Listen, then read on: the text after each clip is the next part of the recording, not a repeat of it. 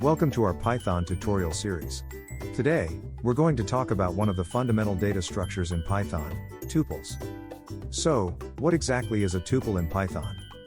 A tuple is an ordered collection of elements, similar to a list. However, unlike lists, tuples are immutable, meaning once they are created, their elements cannot be changed. To define a tuple, you use parentheses and separate the elements with commas. Here's an example of a tuple containing integers and a string. You can access elements in a tuple using indexing, just like with lists. This will print the first element of the tuple, which is 1. You can also iterate over the elements of a tuple using a for loop, just like with lists. This loop will print each element of the tuple on a separate line. Tuple unpacking is another useful feature of tuples in Python.